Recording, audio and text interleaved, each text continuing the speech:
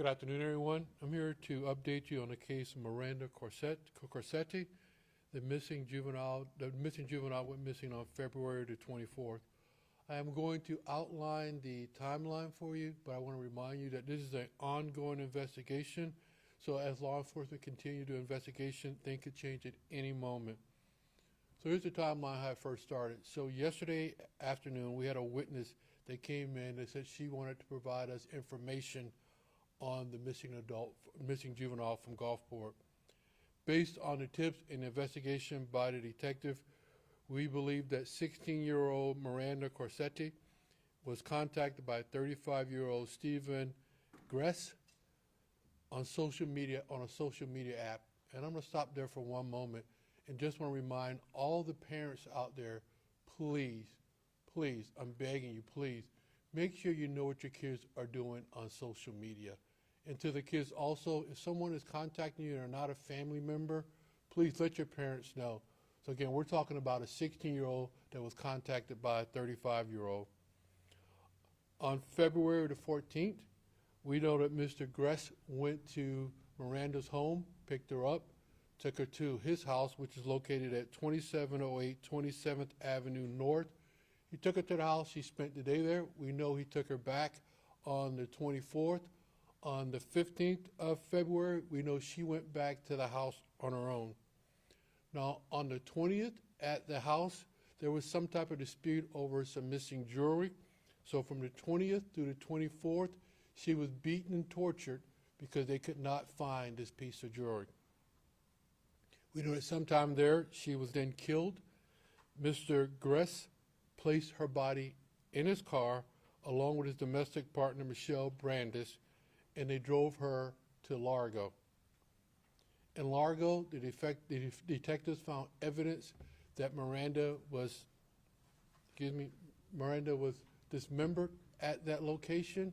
They then placed her in a car and they drove her down to Ruskin where they dumped her into a dumpster, and her body is somewhere possibly in a landfill somewhere in that county. Yesterday we realized that Mr. Gress was already in custody for pointing a harpoon at his domestic partner and possession of drugs. He is still in county jail as we speak today. We are now looking for Michelle Brandis. The picture's to my left and to your right. Michelle, if you're out there, we're trying to tell you to turn yourself in because we will find you sooner or later. And if anybody out there is trying to help Michelle, if we can, we will charge you with the charges we can charge you with. As of this point, Mr. Gress is being charged with kidnapping Miranda, and this, again, this is an active investigation. More charges are soon to follow. I want to thank the following agencies for helping us out: Gulfport, Largo, and Pinellas County Sheriff's Office, our state and federal partners. Again, this is a horrific crime. We are still investigating it. We want to ensure that we bring justice to Miranda. The investigators are looking at every piece of evidence that we can find. And again, I want to say we want to hold all responsible parties accountable. So with that, I'll open up for any questions. Hey, Chief, anyone on the witness family, or maybe the witness came in that you could see was your family member? Both of her parents are deceased, and her grandmother at this time is not ready to talk to anyone.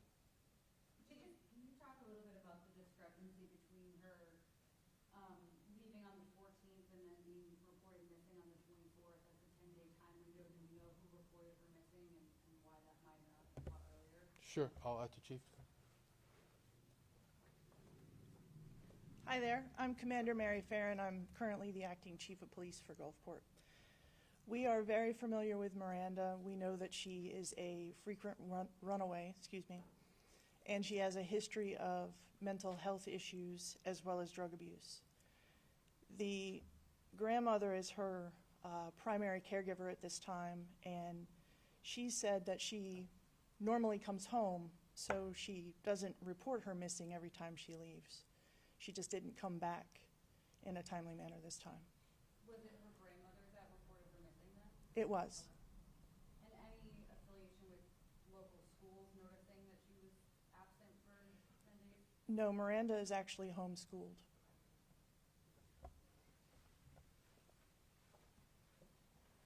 Thank you. Any other questions? Any word again to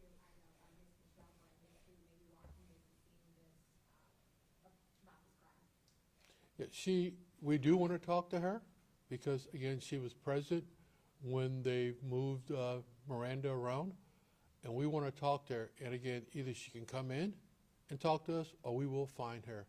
So again, like you're saying, Michelle, if you're listening, or your friends, find your way to the police department and to her friends that think they're helping her. If we can make charges, we will make charges. How do we know Michelle was there?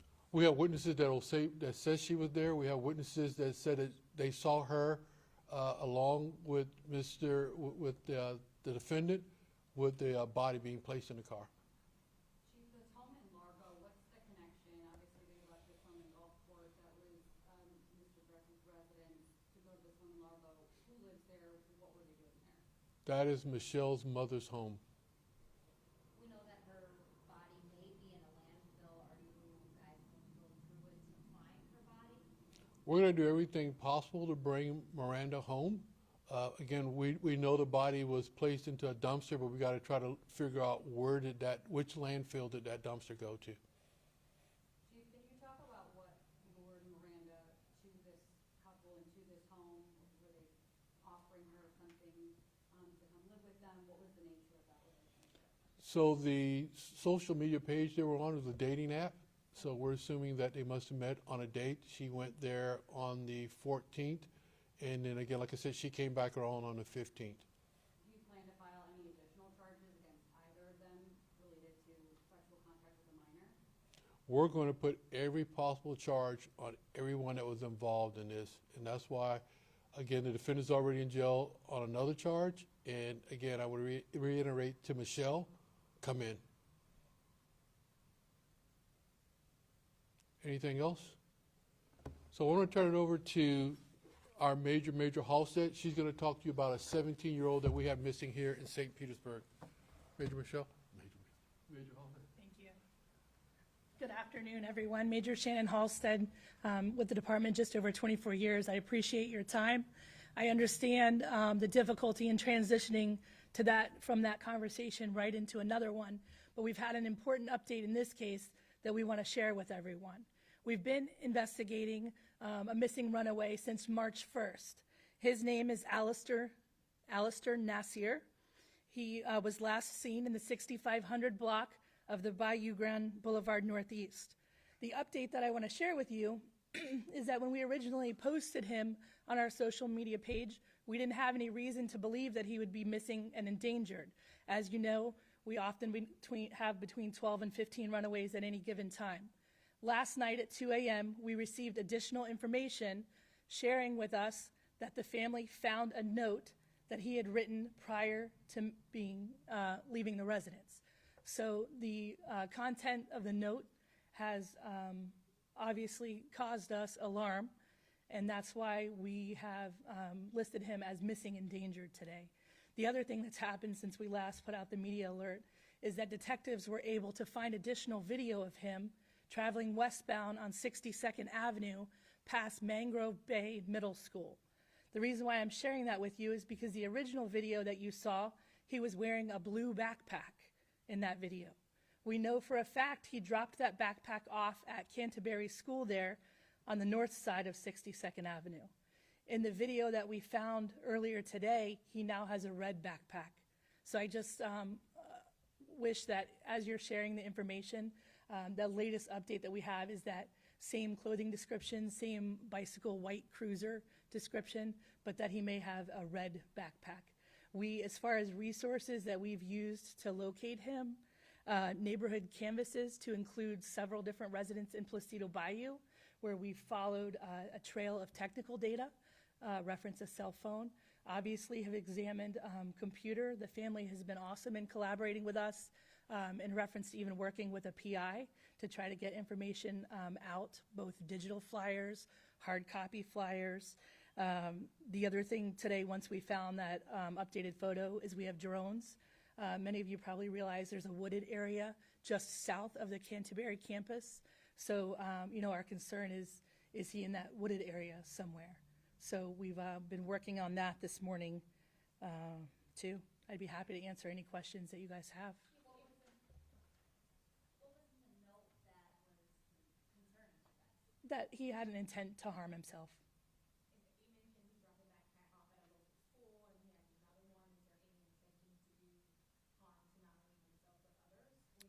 No, ma'am, no, absolutely no indications of that.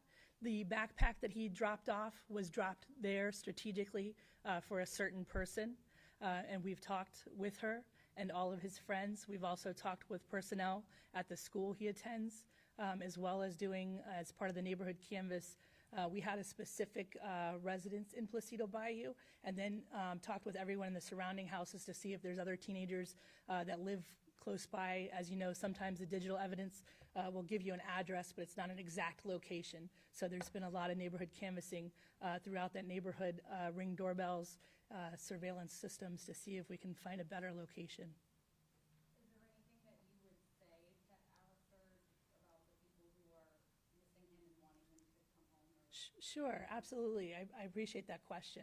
The family is obviously very concerned. He has, I believe there are 3 brothers in the family, and the middle brother actually came back from out of town to help with the search of this. So I think that speaks, you know, the family is concerned. This is not something that this kid normally does, and it's important that we have everyone's help in trying to locate him.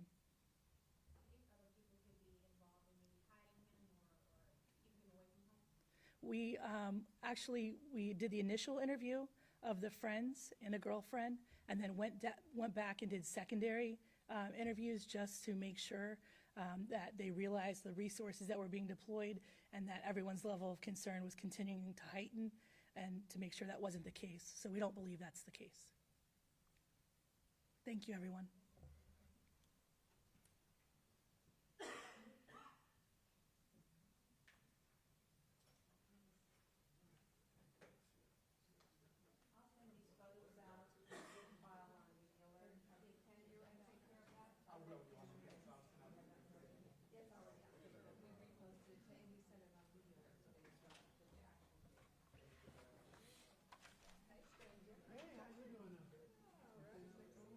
No, you're